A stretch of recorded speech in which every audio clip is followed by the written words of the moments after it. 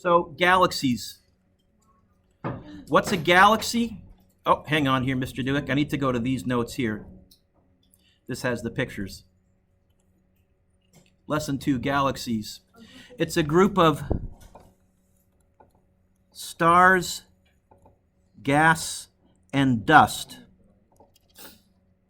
Dust includes planets, because technically planets are just made out of dust and gas. Held together. What holds galaxies together? What holds planets together? Gravity. Good.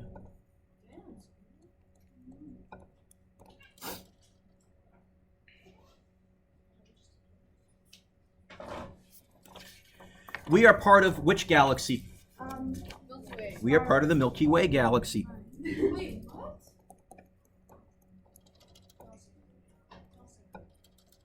You're right.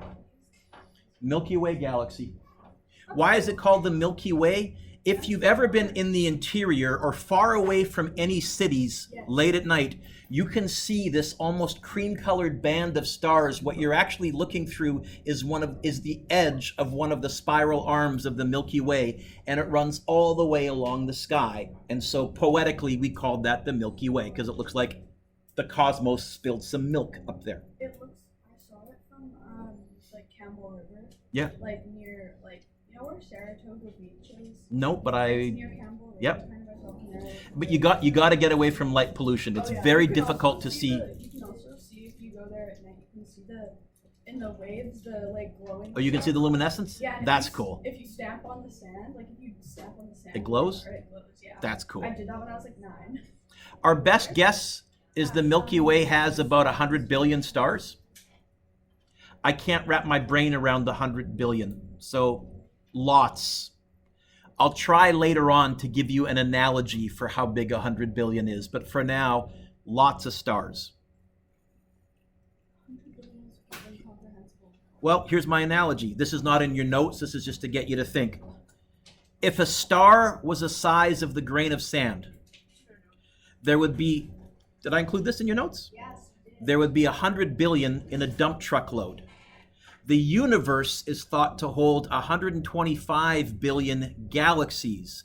So if you imagine dump trucks full of sand, where each sand is a star, racing past you at a rate of 1 per second for 1,000 years, that's about 125 billion dump trucks. Each one of those containing a galaxy of stars. Well, the phrase I said yesterday afternoon, there's a reason they call it space. It's big. And mostly empty, but also there is stuff. Is there any way we can get out of the Milky Way galaxy? Probably not. We'll talk about space travel in another lesson. That would take a while. So I wrote here, the numbers are bigger than I can imagine, and I've got a math degree. Wow, good. There are 3 main types of galaxies. The first type is called a spiral galaxy because it looks like everybody? Spiral. Okay. They have arms that spiral out from the center. The Milky Way, us, is a spiral galaxy. They can have many arms or 2. One with 2 arms is called a barred spiral galaxy. Good morning, you made it. Come on in.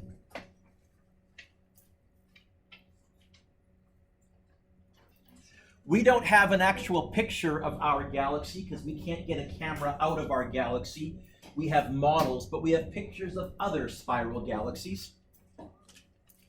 Barred, B-A-R-R-E-D, spiral. Most spiral galaxies seem to have 2 arms. If you see a spiral galaxy from the side, seen from the side, it has a central bulge. So when we look through powerful telescopes at spiral galaxies, if we see them from the side, kind of like this third picture here, we notice there's a little bulge in the middle.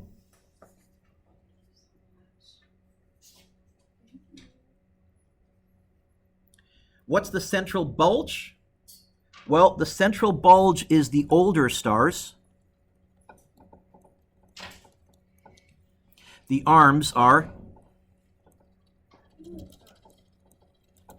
we are in the arm of the Milky Way galaxy, which means our sun is a younger star, which is good because that means it'll last for a while. So central bulge, and the central bulge is the older stars. You can see it best, Cassandra, in this third picture here. There's the central bulge. I can't remember which galaxy that is. I was stealing these from all over. Here you can see a barred spiral galaxy with 2 arms. Here is one with more than 2 arms. Isn't there another type of galaxy? There's 3 types. Like, can I say the name? You try it. Andromeda? Andromeda is the name of a specific galaxy. Okay. Spoiler alert, Andromeda will crash into the Milky Way in a few billion years. Ooh, I already knew that. There you go. That's so cool. In one of my lessons later, maybe this one, I can't remember, I have a video simulation of what we think will happen. So good question. Patience, that's called a teaser, preview of coming attractions. We'll get there, just wait for the movie. So younger stars tend to be on the outskirts. Older stars tend to be in the middle. We now also believe that at the center of most spiral galaxies is what we call a supermassive black hole. That's what's keeping everything spiraling around it. So at the center of the Milky Way, we believe there's a massive black hole called Sagittarius A star. Sagittarius is the name of the star group that it's part of. A, because it's the first one, and then star means something like an asterisk, but I can't remember what. I haven't answered. Okay, so if there's a black hole in the middle of those galaxies, Yep. then technically, like in a few billion years or something, would that black hole start to consume? No, we're in a stable orbit around it. Oh, okay. So we're not in an orbit that's unstable where we're going to get sucked in. There's probably some objects at the center of our galaxy that are in unstable orbits and slowly getting sucked in, forming, No, I here's your just fancy wondered, word, like, billions of years. forming what we call an accretion disk. That's how, because we can't see black holes because they suck in light.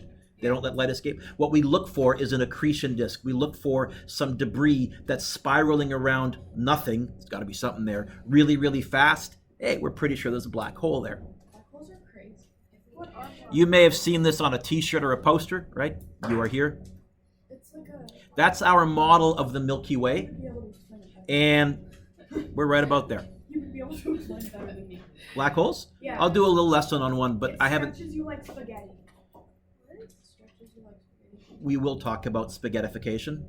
Very good. Spaghettification. Yes, I didn't even know that spaghettification was a thing. it is a word. And Ariel, can I ask, can you put the phone on your sink so it's not a temptation? I don't mind you recharging, but I know my audience. How about up on the sink? And that way I can see if you try and reach for it. Humor me. Thank you. Appreciate it. Our cosmic address. Pitt Meadows Secondary. Then what? 19436, 116B Avenue. You can probably get the next one, Pitt Meadows. British Columbia, Canada. Then you can go BC. But then we can go cosmic. So then, Canada, spell it right, Mr. Duke. It's your country that you're proud of. Canada. Then you could say the Earth.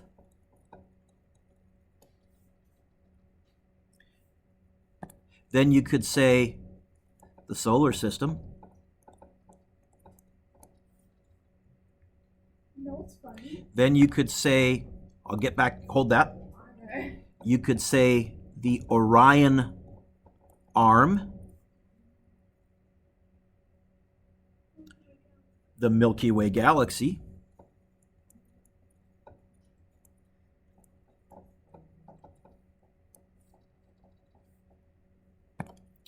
The Milky Way galaxy is part of the local group. The local group. Yep. Which is part of the Virgo supercluster. I'm a Virgo.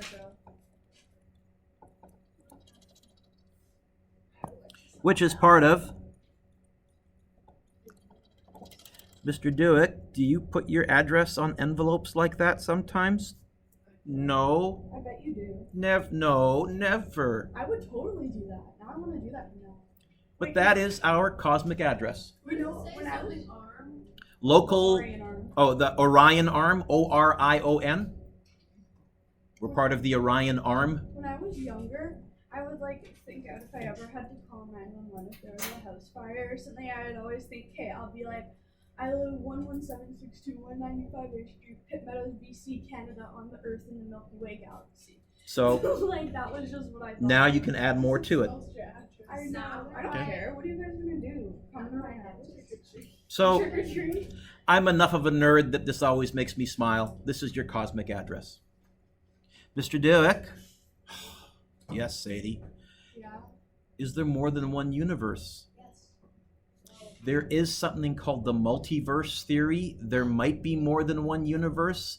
The problem is it's impossible to design an experiment to prove or disprove the multiverse theory, but the multiverse theory does explain some stuff that otherwise is difficult to explain. Like what? Why? So in our universe, there's about 20, roughly, what we call constants, numbers of specific things in the universe that if they were off by a tiny bit in one way or the other, life and matter and everything could not exist. The universe would be empty. And so one of the questions we've asked is, okay, those 20 cosmological constants that make matter and atoms and everything exist, are they a fluke? Or was it designed? Well, if there's an infinite number of universes, then the answer to that is, oh, most universes are empty and matter never formed, but we just happen to be in the one where randomly the constants lined up and we can actually have matter and life. Yeah. You asked. By the way, that also suggests there is a physics theory, the multiverse theory, that suggests that there is another universe where there is a class of Block B Science 10 students. And in that class of Block B Science 10 students, there is a young girl sitting in the front row, but she's not wearing a red hoodie, she's wearing a blue hoodie. But otherwise, she's identical to the one in my universe wearing a red hoodie. The multiverse theory ends up in some really neat areas. Than me and the other universe. Put your pencils down, look up. Again, astronomy makes me think poetic. So, we live on a hunk of rock and metal that circles a humdrum star that is one of 400 billion other stars that make up the Milky Way galaxy, which is one of billions of other galaxies which make up a universe which may be one of a very large number, perhaps an infinite number of other universes. That is a perspective on human life and our culture that is well worth pondering. And I think it is. It does give you that, whoa, feeling sometimes when you think about it. The universe is cool. So the first type of galaxy is what we call a spiral.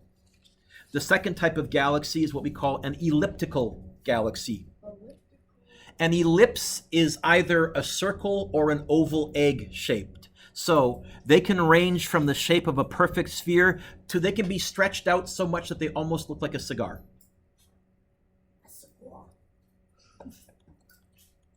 Over half of all galaxies are elliptical. These are by far the most common one.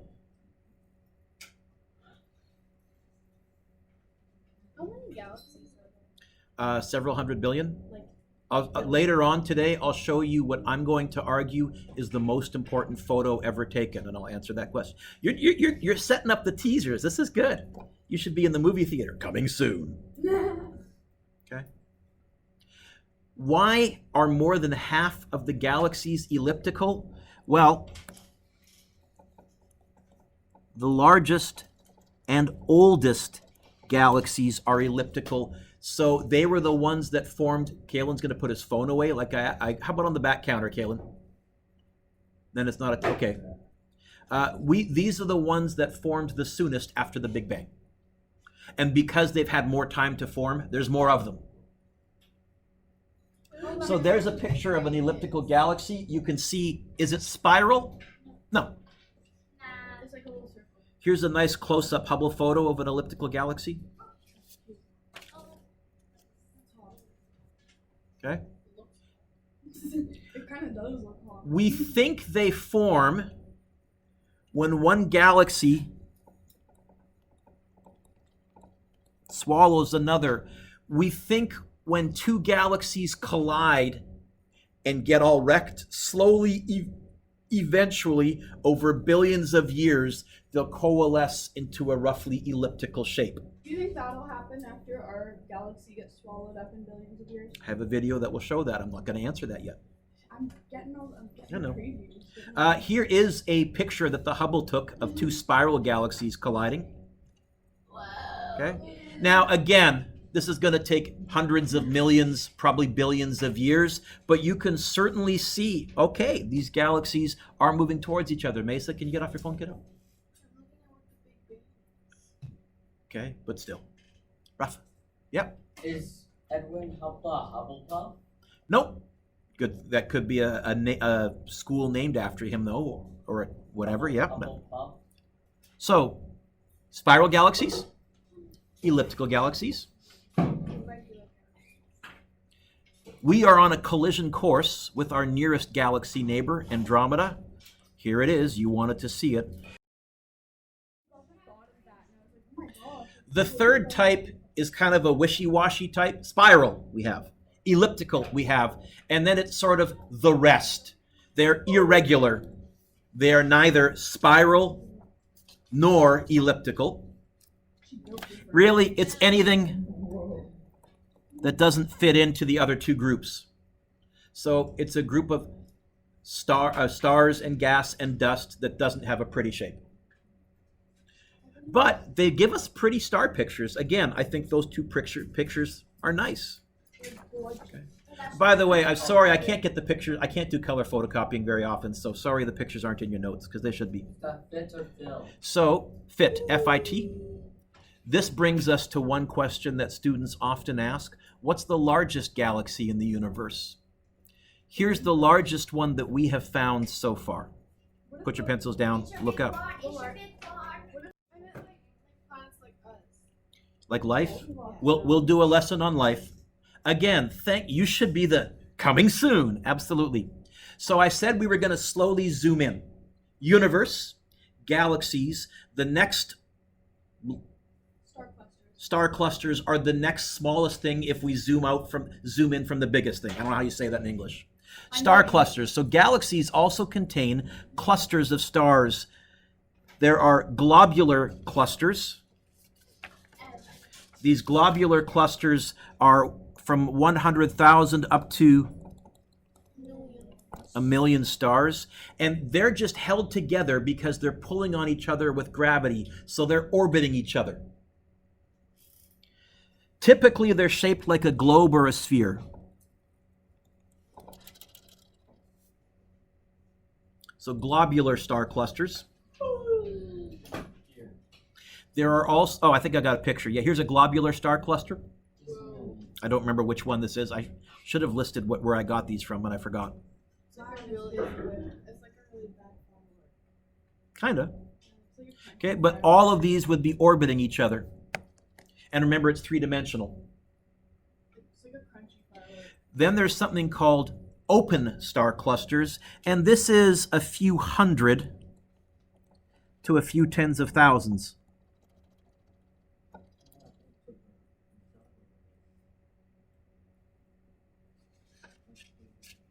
Did I miss a phrase in your notes? No? Okay.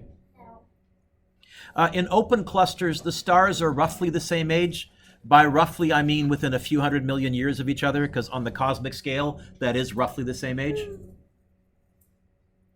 So a famous open cluster, for example, is the Pleiades star cluster. That's one that you can see from us as well, if you look up at night.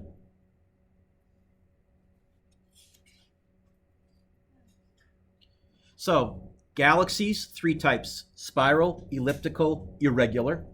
Star clusters, two main types. And then I got one more definition, and then we're done. Although I also have to show you what I think is the most important photo in history. One more definition: a nebula, and you've heard this term before. The plural of nebula is nebulae, is an interstellar cloud of gas and dust. These can be massive, often hundreds of light years, certainly often light years across.